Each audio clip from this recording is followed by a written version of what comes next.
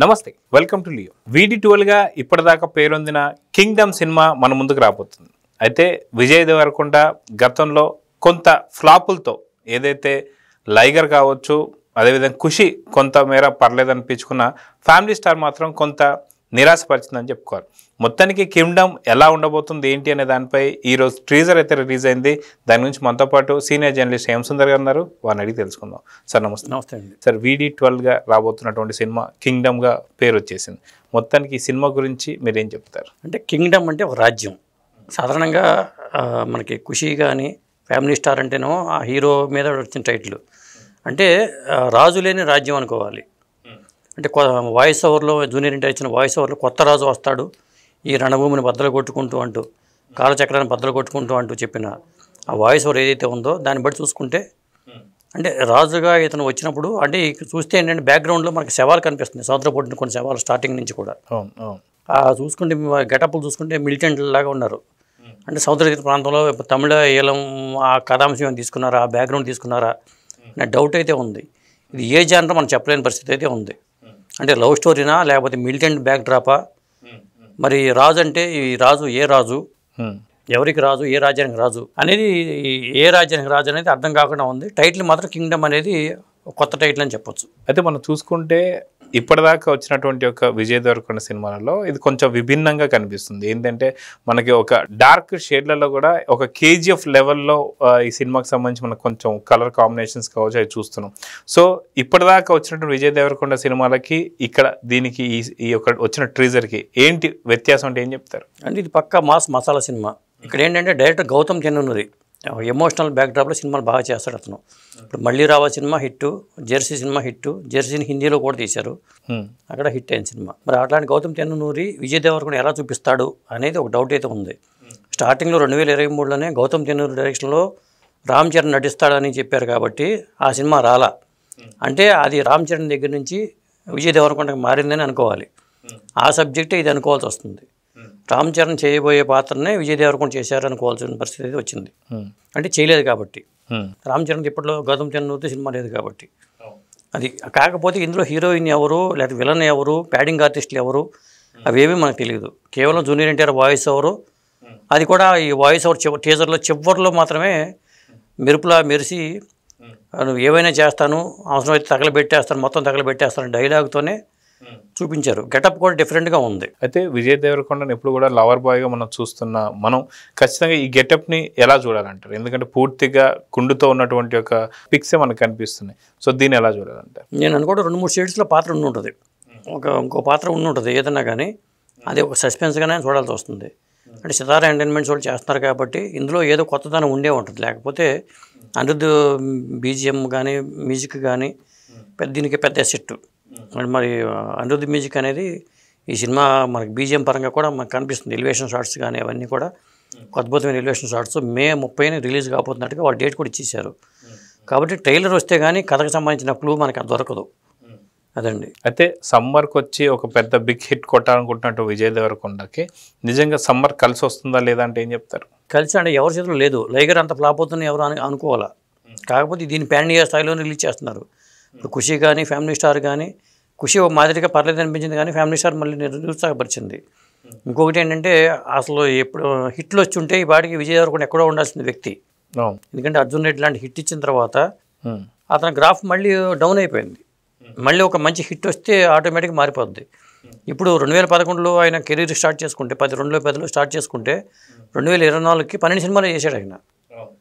ఆ సినిమాల సంఖ్య పెంచాల్సిన అవసరం కూడా ఉంది. ఏడాదికి ఒక సినిమా రిలీజ్ చేసుకుంటూ వెళ్ళటం కూడా కరెక్ట్ కాదు ఈ స్థాయిలో మిడ్ రేంజ్ హీరోలు ఎవరైనా సరే. అది కాకపోతే ఈ సినిమా మరి గెటప్ చూస్తే శేషులో రాజశేఖర్ గెటప్ లాగా అనిపిస్తుంది మనకి. మనం చూసుకుంటే గతంలో ఏదైతే ఉందో అర్జున్ రెడ్డి కావచ్చు, అదేవిధంగా గీతా గోవిందం ఒక పెద్ద రెండు కూడా బ్లాక్ బస్టర్ మూవీస్ అని చెప్పుకోవచ్చు. సో అలాంటి హిట్ ఎక్స్పెక్ట్ చేయొచ్చు అంటారా విజయ్ దేవరకొండతో ఆ గెటప్లో? డైరెక్టర్ కెపాసిటీని బట్టి అలాంటి హిట్కి అవకాశం కనిపిస్తుంది. అందుకే డైరెక్టర్ ఒక టాలెంట్ ఉన్న డైరెక్టర్ కాబట్టి అతను అంటే 2 సినిమాలు చేసినా కానీ అతను కంటెంట్లో డెప్త్ కానీ ఆ ఎమోషన్ బాగా క్యారీ చేయడంలో అతను సక్సెస్ అయ్యాడు కాబట్టి దీని మీద నమ్మకాలు ఉన్నాయి ఈ ప్రాజెక్ట్ మీద. పైగా సితారా ఎంటర్టైన్మెంట్స్ వాళ్ళు మరి fortune 4 banner, Trivikram cinemas banner కానీ శ్రీకర ఎంటర్టైన్మెంట్స్ వాళ్ళు మొత్తం 3 బ్యానర్లు సంయుక్తంగా చేసిన సినిమా కాబట్టి దీన్ని కూడా పాన్ ఇండియా స్థాయిలోనే వాళ్ళు రిలీజ్ చేస్తున్నారు. కాబట్టి అంచనాలు అయితే ఉన్నాయి సినిమా మీద. అయితే మీరు ఇందాక చెప్పినట్టు గౌతమ్ తిన్నూరి ఎవరైతే ఉన్నారో ఆ డైరెక్టర్ మళ్ళీ రావా కావచ్చు లేదా జెర్సీ కావచ్చు, ఈ రెండు కూడా మంచి క్లాసికల్ మూవీస్ కింద చెప్పుకోవచ్చు. కానీ ఇప్పుడు చూసినటువంటి ఒక ఏదైతే టీజర్ ఏదైతే ఉందో ఈ టీజర్ మాత్రం చాలా విభిన్నంగా ఉందని చెప్పుకోవచ్చు. సో క్లాసికల్ మూవీ కాదు, పూర్తి మాస్ మూవీ అని చెప్పుకోవచ్చు. సో మొత్తానికి ఇలాంటి కథలు అంటే ఎప్పుడైతే డైరెక్టర్ తన జోనర్ మార్చుకున్నా సరే హిట్ కొట్టే అవకాశం ఉందా లేదంటే ఏం చెప్తారు? మార్చుకోకపోతే మళ్ళీ ఇతను అదే తరహాలో ఒక ముద్ర పడిపోద్ది. ఇలాంటి సినిమాలు ఇతను చేయగలరు అనుకుంటారు. దాని నుంచి బయట రావాలని తాపత్రయపడడం తప్పేం కాదు. ఇప్పుడు విజయ్ దేవరకొండ కొత్తగా ఎలా చూపించాలి అనే దాని మీద అతను కాన్సన్ట్రేషన్ చేస్తాడు. సక్సెస్ ఇవ్వడానికి కోసం ప్రయత్నం చేస్తాడు. ఎందుకంటే ఒక ఫెయిల్యూర్ వెంటనే 3వ సినిమాని మళ్ళీ మంచి సక్సెస్ కోసం తప్పిస్తాడు. కాబట్టి ఖచ్చితంగా ఒక నమ్మకం అయితే ఏర్పడింది. విజయ్ దేవరకొండ ఈ సినిమా యాక్సెప్ట్ చేసి చేయటం అంటే ఇందులో ఏదో కొత్త అంశం ఉంటుంటుంది. గెటప్ డిఫరెంట్గా ఉంది, ఆ ఎలివేషన్ కూడా కొత్తగా ఉంది, పాత్ర కొత్తగా ఉంది.